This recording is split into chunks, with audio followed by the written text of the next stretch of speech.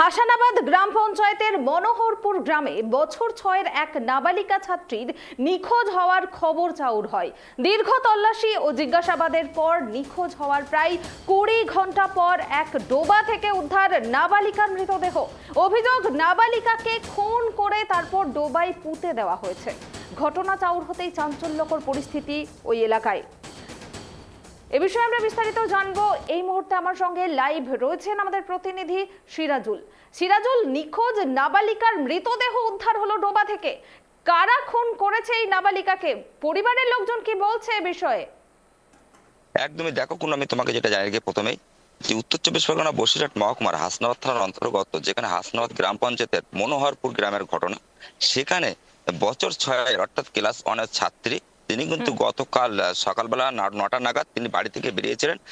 তার বাড়ি থেকে ঠিক 500 মিটার দূরে কিন্তু তার পিসির বাড়িতে গিয়েছিলেন। কিন্তু পিসির বাড়িতে কিন্তু পিসতুতো ভাই সেখানে কিন্তু ছিল, দাদা অর্থাৎ দাদা বাড়িতে ছিল। সেই বাড়িতে সেই পিসি মা কিন্তু সেই ছাত্রীর বাড়িতেই ছিলেন, কারণ সেই পিসি মশাই কিন্তু তিনি কিন্তু বাড়িতে থাকেন না, তিনি বাইরে অন্যত্র কাজে গিয়েছিলেন। বাড়ি ফাঁকা ছিল। সেই পিসি মশাইয়ের ছেলে কিন্তু সে বাড়িতে ছিল, তার নাম আরিফ গাজী, ক্লাস 8-এর ছাত্র।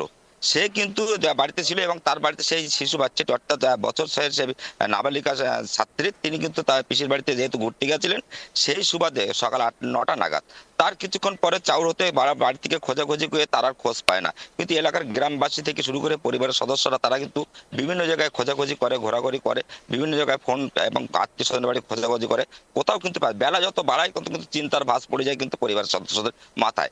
এখন তার পাশাপাশি হাসনাবাদ থানাকে খবর দেওয়া হয়।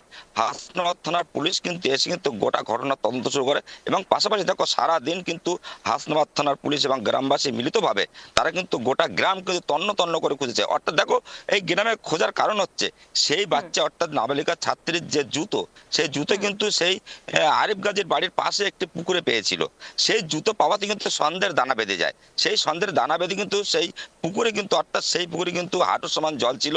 সেখানে কিন্তু গ্রামের মানুষ এবং পুলিশের পক্ষ থেকে গ্রামের প্রচুর মানুষ নেমে কিন্তু সেই পুকুরে তল্লাশি চালায় এবং পাশাপাশি সেখানে কিন্তু সেই তার কোনো খোঁজ পায় না। না পাওয়ার পরপরই সেখানে কিন্তু হাসনাবাদ থানার পুলিশের পক্ষ থেকে সেখানে কুকুর নিয়ে আসা হয়, পাশাপাশি ড্রোন দিয়ে গ্রামটাকে নজরদারি করা হয়, কিন্তু কোথাও খোঁজ পাওয়া যায় না। এই নিয়ে কিন্তু সোশ্যাল মিডিয়াতেও তারা পোস্ট করে পরিবারের লোকজন যে এই বাচ্চাটি পাওয়া যাচ্ছে না, পোস্ট করে একাধিক সারা দিন কিন্তু এইভাবে চলতে থাকে, কিন্তু কোথাও কোনো খোঁজ পাওয়া যায় না। সন্দেহ হয় আরিফ গাজীকে, তাকে জিজ্ঞাসাবাদ করে সেই আরিফ গাজীকে সন্দেহ হওয়ায় হাসনাবাদ থানার পুলিশ কিন্তু আরিফ গাজীকে আটক করে তাকে থানায় নিয়ে যায়। যেহেতু তার বাড়ির পাশে গেছিল, সে বলেছে যে বাচ্চাটি এসেছিল তোমার বাড়িতে, কোথায় গেছে? তখন আরিফ গাজী অর্থাৎ ক্লাস 8-এর ছাত্র আরিফ গাজী তিনি বলে যে আমি ওই মাঠে অর্থাৎ তার বাড়ি থেকে একটা মাঠ অর্থাৎ 500 মিটার দূরে মাঠের ওপারে তার বাড়ি, বললো মাঠের মাঝপথে আমি ছেড়ে দিয়ে এসছি, বাড়িতে চলে গেছে, আমি বাকিটা আর কিছু জানি না। এই নিয়ে কিন্তু অস্বীকার করে। তারপরে কিন্তু বিকালবেলা নাগাদ কিন্তু সেই আরিফ গাজী কিন্তু হাসনাবাদ থানা পুলিশ আটক করে থানায় নিয়ে যায়।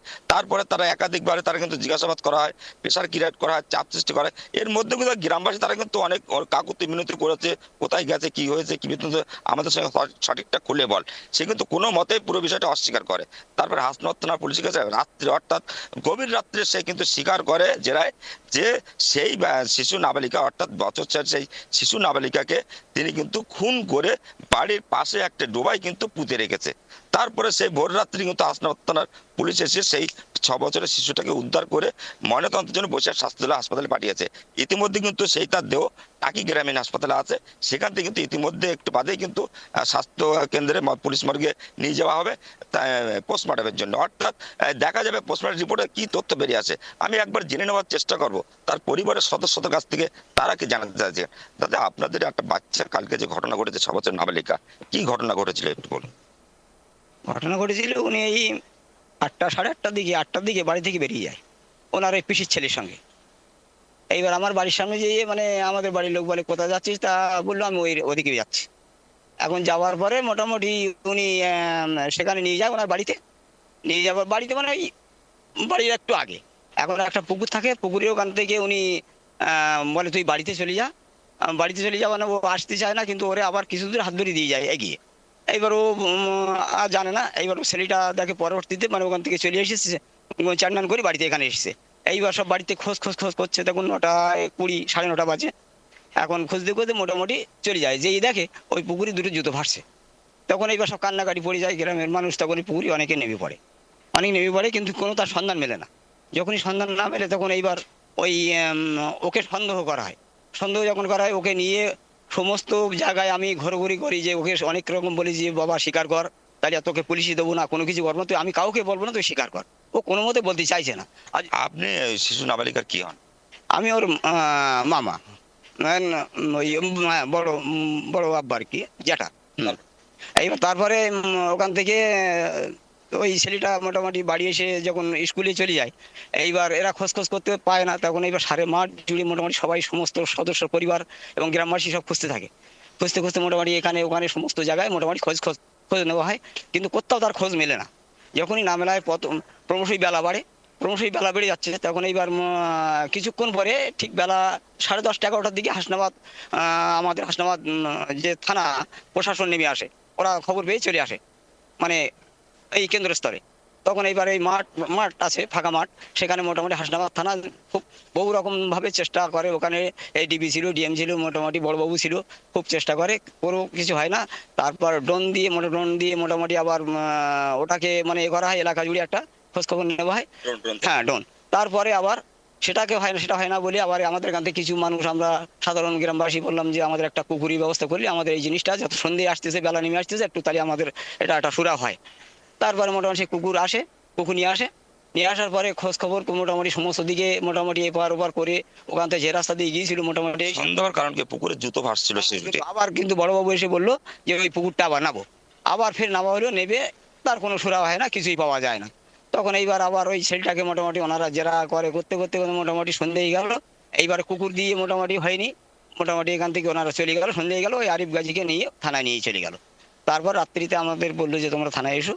আমরা থানায় চলে গেলাম। থানায় যাওয়ার পরে আমাদের যে গ্রাম পঞ্চায়েত মেম্বার আছে, উনি বললেন যে আমরা 2-3 জন আছি, আর তোমাদের সবাই থাকার দরকার নেই, তোমরা একটু যেই খোঁজ খবর করো। আমরা বাড়ি চলে আসলাম। মেম্বার থাকে, দীর্ঘ রাত বাড়তে থাকে, ক্রমশই রাত বাড়তে থাকে, তখন 10টা 11টা 12টা কোনো। তারপরে কি হলো? তারপরে কিন্তু এইবার রাত যতই বাড়ে, তখন এইবার আমরা একটা চিন্তা করলাম কি ব্যাপার এখন সারছে। এইবার রাত 2টো তখন বাজেনি, 1:30 পৌনে 2টো বাজে, তখন খোঁজ আসছে না। থানায় যে এটা খোঁজ পাচ্ছি যে বলছে শিশুটাকে পাওয়া গেছে। তারপর কিছুক্ষণ পরে আবার বলছে না, পাওয়া যায়নি। এইবার আমরা চলে আসি থানার থেকে। আসার পর রাত ঠিক ওই 1:30 পৌনে 2টোর সময় হঠাৎ করে দেখি একটা ফোন এসেছে ওখান থেকে, যে ওই আরিফ গাজী ও স্বীকার করেছে যে মোটামুটি চাপচোপ দেওয়ার পরে মোটামুটি একটা খুব করার পরে চাপচাপ হাসনাবাদ থানা ছিল, বারাসাত থানারও পুলিশ এসেছিল, ওসি এসেছিল, বড়বাবু এসে আলোচনা করি মানে চাপচাপ দেওয়ার পরে ও স্বীকার করেছে। করার পরে মোটামুটি এইবার ওখান থেকে বললো যে লাশ পাওয়া গেছে, ও মৃত, ওর বাড়ির পাশে কোনো একটা ডোবায় পোতা আছে। সঙ্গে সঙ্গে পুলিশ প্রশাসন নেমে আসলো, এসে ওখানে যায়। সেই রাত্রিতে যেয়ে ওনার মা বাড়িতে ছিল, মায়ের ওপরে সন্দেহ করে মাকে তুলে নিয়ে যায়। নেবার পরে বোধহয় লাশটাকে তুলে ওনারা নিয়ে যায়, উদ্ধার করে নিয়ে যাওয়ার পরে আবার ভোরবেলাতে আবার ওই প্রশাসন আবার মানে ওই আরিফ গাজীকে আবার নিয়ে আসে, আর মাকে মানে ওনাকে ছেড়ে দিয়েছে এই রাত্রি। ওই আরিফ গাজীকে নিয়ে আসে, এসে কিভাবে ও কি করেছে, কিভাবে মেরেছে, কিভাবে কি করেছে, সব মোটামুটি গোটা বিস্তারিত বিবরণটা, মোটামুটি চিত্রটা ওখানে দেখানো হয়। আপনাদের কি মনে হয় কিভাবে, কি জন্য, কি কারণে মারা হলো? আমাদের কিভাবে মনে হয়, দেখুন আমরা যেটা শুনেছি, যেটা বুঝেছি, সেটা তাতে মনে হচ্ছে আমাদের যে এটা আমাদের একটা মনে হচ্ছে একটা শারীরিক নির্যাতন করেছে। অতএব আমাদের খুব একটা আমাদের সন্দেহ হচ্ছে কিংবা মনে হচ্ছে এটা, হ্যাঁ, তাই কি ওকে কেউ মনে হচ্ছে যে কোনোভাবে কি গলা টিপে হোক কিংবা কোনো অন্যরকম ভাবে চাপিয়ে হোক কাটে ওকে, সেইভাবে একটা মোটামুটি একটা ফোন করে তাকে মোটামুটি ওটা কি একটা ওই যে বাড়ির পাশে ডোবা ছিল ওখানে মোটামুটি একটা পুঁতে দেওয়া হয়েছে, সেভাবে পুলিশ উদ্ধার করেছে ওখান থেকে। এখন আপনারা কি চাইছেন? এখন আমরা দেখুন আমাদের তো একটা যা হোক একটা আত্মীয় বন্ধন আছে, আমাদের একটা আত্মীয় বন্ধন আছে, কিন্তু আত্মীয় বন্ধনও দেখতে হবে, এদিকে আমাদের যে একটা মানে একটা বাচ্চা, আমাদেরই বাচ্চা, কলেজার টুকরা, কিন্তু আমাদের সত্যি সে আমাদের কাছে থেকে মানুষ দীর্ঘ সবাই তাকে ভালোবাসে, সবার বাড়িতে যায়। অতএব আমরা চাইছি অন্তত প্রশাসন আইনি দ্বারস্থ যখন হয়েছে, অন্তত একটা ন্যূনতম একটা শাস্তির অবশ্যই যেন ব্যবস্থা হয়। এখন আমি তুমি শুনতেই পেলে তার পুরো ঘটনা, কিন্তু তার বা জ্যাঠামশাই, অর্থাৎ সেই নাবালিকা ছাত্রীর জ্যাঠামশাই, তিনি কিন্তু পুরো ঘটনাটা খুলে বললেন। এখন তারা কিন্তু শাস্তির দাবি করছেন, যেহেতু নিজের পারিবারিক ব্যাপার, সেই পারিবারিক ব্যাপার হলেও এই অন্যায় কিন্তু তারা মেনে নিতে চাইছেন না কোনোভাবে, তারা কিন্তু শাস্তির দাবি করছেন। পাশাপাশি আমি দেখাতে বলবো, এখানে কিন্তু প্রচুর লোক, ক্যামেরাটা ঘুরিয়ে দেখাতে পারবো, প্রচুর লোক কিন্তু এখানে দাঁড়িয়ে আছে এবং শোকের ছায়া কিন্তু এই গ্রামে নেমে এসছে। অর্থাৎ সেই যে নাবালিকা শিশু মারা যাওয়ার পরে তারা কিন্তু এলাকায় কিন্তু মর্মাহত। আমি দেখাতে বলবো, সেই নাবালিকা শিশুর মা কিন্তু ইতিমধ্যে কান্নায় ভেঙে পড়েছেন, তিনি কিন্তু এখন মর্মাহত অবস্থায় আছেন। আমি দেখাতে বলবো, সেই শিশুর মা কিন্তু এখানে আছেন। আমি দেখাতে বলবো সেই বাড়ির পরিস্থিতি এখন কিন্তু গোটা এলাকায় পরিবারের সদস্য তারা কিন্তু এখানে আহ, মা কিন্তু অসুস্থ হয়ে পড়েছে, তাই ঘরে শোয়ানো আছে, তারা কিন্তু এখন মর্মাহত হয়ে আছে। এই পর্যায়ে শিশুটির নাবালিকা শিশু মা কিন্তু ইতিমধ্যে কান্নায় ভেঙে পড়েছেন।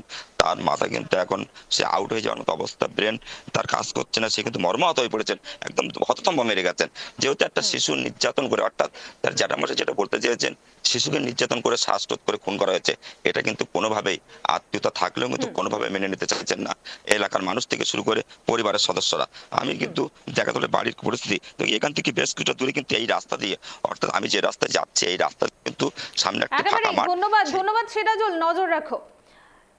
আমরা দেখলাম যে নাবালিকা নিখোঁজ হয়ে গিয়েছিল এবং সেই নাবালিকার নিখোঁজ হওয়ার খবর শুনে কিন্তু গোটা এলাকায় এ নিয়ে খবর চাউর হয় এবং দীর্ঘক্ষণ তল্লাশি চালানো হয় এবং জিজ্ঞাসাবাদের পর সেই নাবালিকার পিস্তুত দাদা অর্থাৎ পিসির ছেলে, যে কিনা ক্লাস 8-এর ছাত্র, তাকে আটক করা হয় প্রথমে এবং জিজ্ঞাসাবাদ করা হয় এবং পরে কিন্তু সে জিজ্ঞাসাবাদে ভেঙে পড়ে এবং সে জানায় সেই খুন করেছে এই নাবালিকাকে। তারপরে গ্রেফতার করা হয় সেই অষ্টম শ্রেণীর ছাত্রকে এবং পরে সেই নাবালিকার দেহ উদ্ধার করা হয়। পরিবারের লোকজন জানাচ্ছেন, দাবি করছেন তারা অভিযুক্তর যে দোষী রয়েছে তার শাস্তি চায়।